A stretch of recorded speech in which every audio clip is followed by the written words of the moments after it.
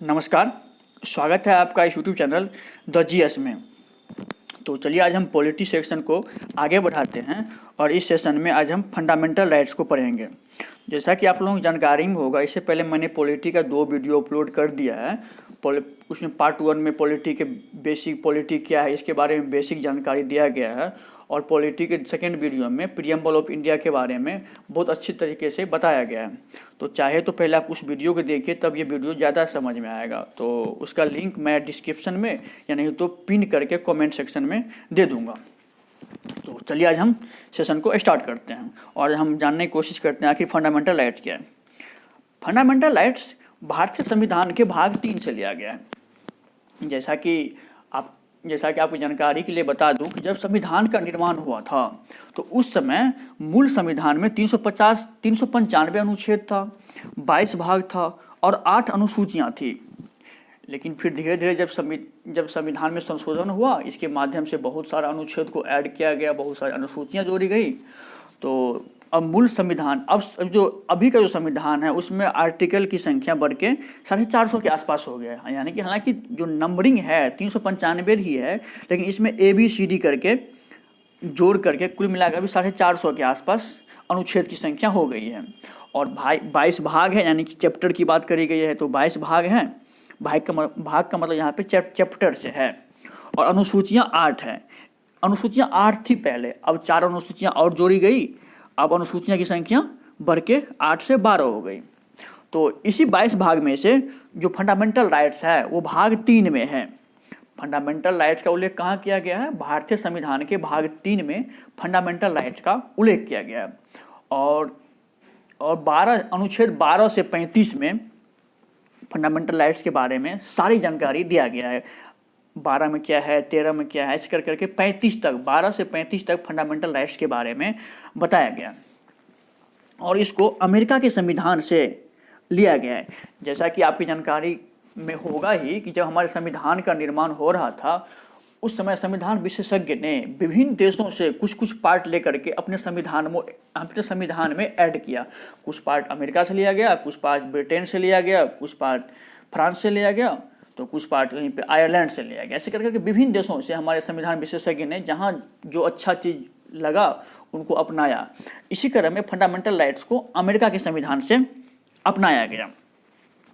तो जब अमेरिका के संविधान से फंडामेंटल राइट्स को अपनाया गया तो उस समय भारतीय संविधान में मूल रूप से 7 फंडामेंटल राइट्स था। लेकिन जब 1978 में मोरारजी देसाई की सरकार आई तो कॉन्स्टिट्यूशन अमेंडमेंट के माध्यम से उन्होंने आर्टिकल 31 में संशोधन कर दिया गया।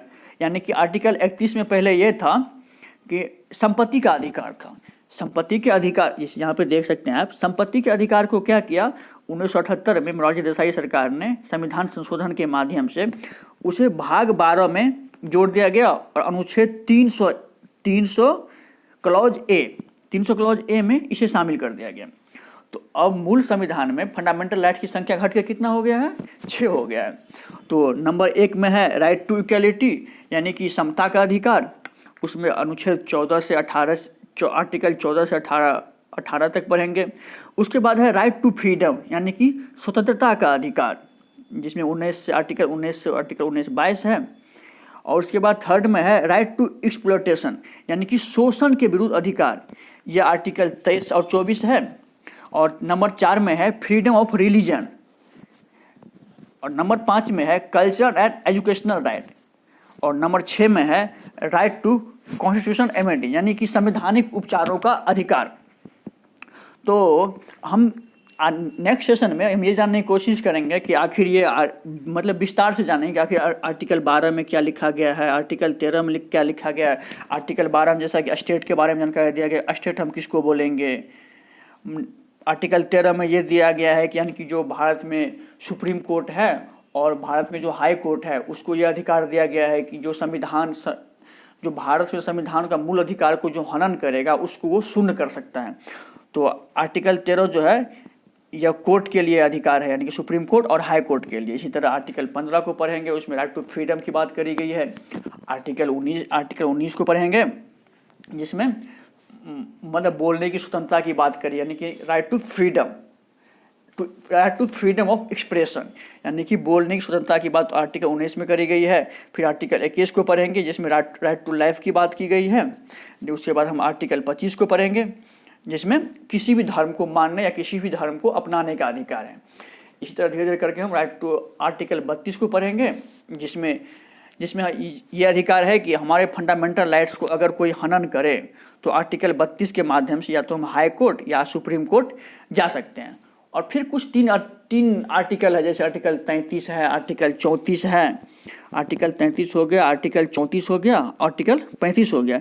यह अधिकार नागरिकों के लिए नहीं है, मतलब जो आम नागरिक है उसके लिए 3 अधिकार नहीं है। ये जो पुलिस बल है ना, सीमा सुरक्षा, जो सैनिक उनिक है, उसके लिए ये 3 अनुच्छेद उसके बारे में बताता है।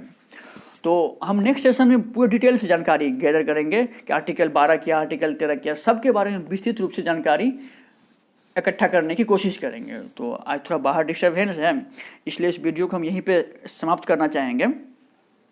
तो चलिए हम वीडियो को यहीं पे ख़त्म करते हैं। थोड़ा वीडियो छोटा है पर ठीक है, मिलते हैं नए सेशन में, तब तक अपना ध्यान रखिए। धन्यवाद।